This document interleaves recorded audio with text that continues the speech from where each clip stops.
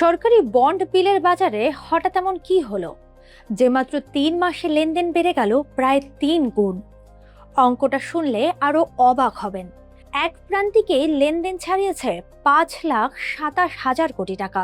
কিন্তু প্রশ্ন হলো, কেন হঠাৎ এত সক্রিয় হয়ে উঠল সরকারি সিকিউরিটিজের বাজার? আর এই লেনদেনের সুবিধায় বা পাচ্ছে কারা?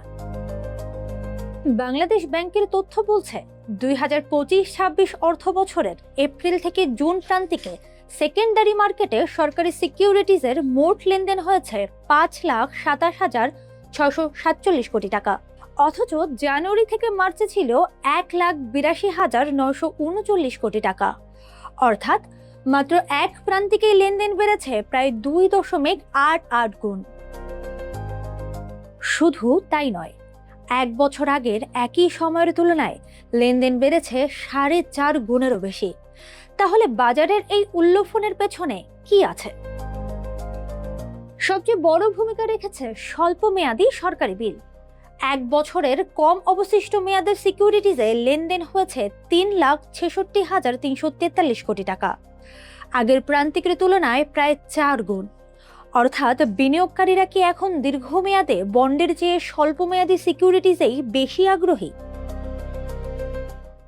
আরেকটি চমকপ্রদ তথ্য, এই বাজারের বড় অংশ নিয়ন্ত্রণ করছে মাত্র কয়েকটি প্রতিষ্ঠান। শীর্ষ 10 লেনদেনকারী প্রতিষ্ঠানই করেছে মোট লেনদেনের 72.53%। এর মধ্যে সবচেয়ে বেশি লেনদেন করেছে ইউনাইটেড কমার্শিয়াল ব্যাংক, এরপর রয়েছে ইস্টার্ন ব্যাংক, ব্র্যাক ব্যাংক ও মিউচুয়াল ট্রাস্ট ব্যাংক। তবে লেনদেনের ধরনেও রয়েছে গুরুত্বপূর্ণ পরিবর্তন।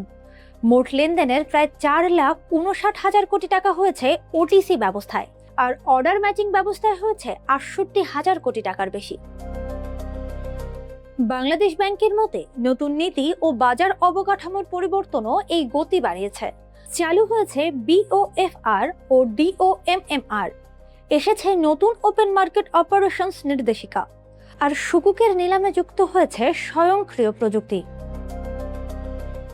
শুধু সেকেন্ডারি মার্কেট নয়, প্রাইমারি মার্কেটেও বেড়েছে চাহিদা। সরকারি সিকিউরিটিজের নিলামে চাহিদার অনুপাত বেড়ে হয়েছে 2.83।